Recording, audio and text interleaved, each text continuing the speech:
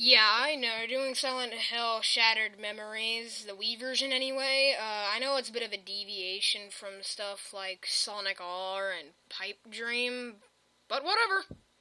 Now I can tell you this now. This game is really good. It's gonna be really good. Most better than most games that I have seen nowadays, because at the very beginning of the game, you're given a psychological warning that says, psychology warning. This video game psychologically profiles you as you play. It gets to know you. You really are, then uses this information to change itself. It uses its knowledge against you, creating your own personal nightmare. This game plays you as much as you play it. But in all seriousness, let's get right into the game. That is Silent Hill Shattered Memories.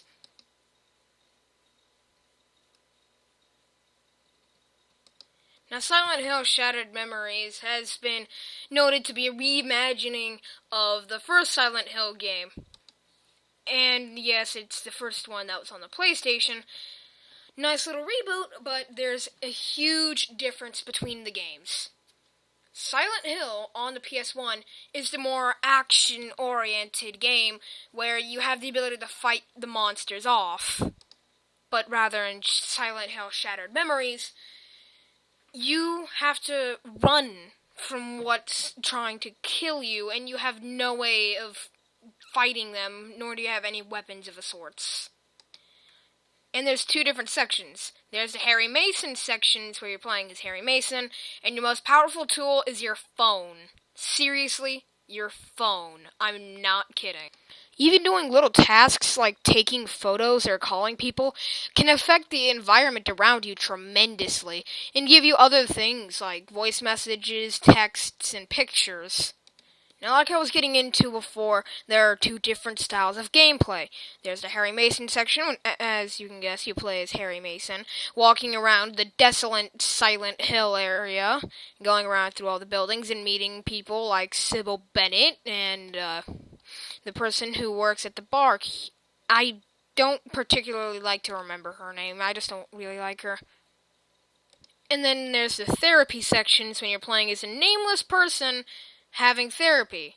But these therapy sections are the most important parts of the game, seeing as things you do in the therapy sections affect nearly almost everything in your entire outcome of the game. Like painting this little picture with these pencils affects a lot of stuff, like what the trees look like, what the car looks like, what the house looks like, even what the people's clothing looks like. But you know what sucks? I can't make the people right here look like the Blue Man Group with purple shirts. That sucks. Now I know what you're thinking. This game isn't all that scary, seeing as you're just doing miscellaneous tasks as Harry and doing, little fun activity kind of things in therapy. But you'd be wrong. This game is actually a little difficult, but only in certain places, and that place is called the Otherworld. Like every Silent Hill game, there is an Otherworld. But in this game, you can't kill any monsters. All you can do is run and ward them off with a flare that you can find around the areas. Now, what are you being chased, you might ask? These things. And they're called Rorschachs. Yes, Rorschachs. Rawshakes.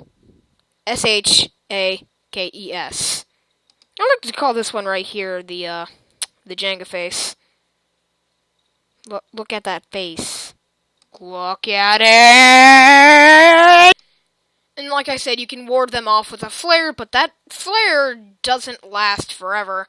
It will eventually go out. And I bet you're wondering, how do they attack you? They attack you by hugging you. And that apparently does damage. But you'll only be chased by the Rorschachs when you're in the main section of the Otherworld, whenever you're getting close to the exit, they stop chasing you and they stop spawning in. So when you're close to the exit, you'll be all fine. However, when you go into the other world, it's all iced over and teal kind of color and blue. When I was here, I wasn't very scared because blue is a calming color. If you're gonna make the other world be scary, try doing something like red or black. Probably black. I like to believe that black is quite the foreboding color, but I'm getting off track here. The basic story goes like this. Harry, like normally, as in like in the first game, he, by his horrible driving, gets into a car crash and ends up losing Cheryl. How he survives this, we will never know. And so he has to go and find Cheryl. This, to me, usually wouldn't be a very bad thing, but whenever I play this game, I always feel like I'm playing the reincarnation of Ethan Mars and Luigi from Luigi's Mansion. And really, that's the gist of it. Other than using things like the Wii emote to control with the surroundings, the only other interesting thing is the echo messages, which are, you'll know you're getting close to an echo message whenever your flashlight starts going in and out. And echo messages are actually a real thing. Apparently strong emotions can attach themselves highly to an object, and when they do, they tend to stay there. And I guess it sends you text messages and voicemails. I don't know about this paranormal stuff, even though I read Eyeless Jack, but that's a completely different story in itself.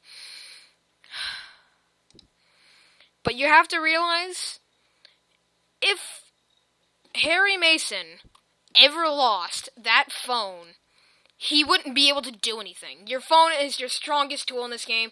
There's a bunch of numbers that are scattered around that you can call, and you receive the voice messages and text through that phone. And throughout the game, you can collect these things called mementos. They're basically, I like to call them a score. But, that's basically it to it. There's really nothing to them. But after spending a lovely night with Ice Lady and grabs his shirt, you get attacked by Rorschachs coming off the boat and going off on the ice. You were on a boat, too. Boats.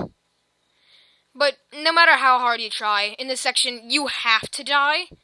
Because if you don't, well, you can't not die, so you have to die. Completely redundant, but I said it anyways.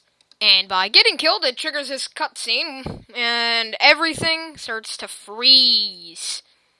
And by everything, I mean the Rorschachs. Not Harry Mason, though. But then the ice starts to crumple away. And then you're thrown at this really long and irritating swimming section, which I'm not a fan of. But personally, I am very surprised that Harry Mason didn't get hypothermia immediately. And eventually, hypothermia gets to you. And you wake up conveniently at the shore, at the place you've been trying to get to the entire time, and Sybil Bennett just happens to be there. Wow. She pulls you to shore, and then you get up and you swipe her gun after hacking your lung out. And, yeah. And then you get thrown into the last therapy section that you'll ever be in. And at the end section of the therapy, he keeps telling you that your daddy's dead, he never existed or whatever. And you, like I did, were very surprised at that because you're a nameless person. You don't know who your dad is. So why should you honestly care? Because your dad is Harry Mason. Which leads to one other thing. The plot twist of this game. You, in the therapy section, were Cheryl Mason the entire time. The game itself is very good, but it wasn't very good in terms of gameplay. So I'm going to give this game a 10 out of 15, and I'll see you later.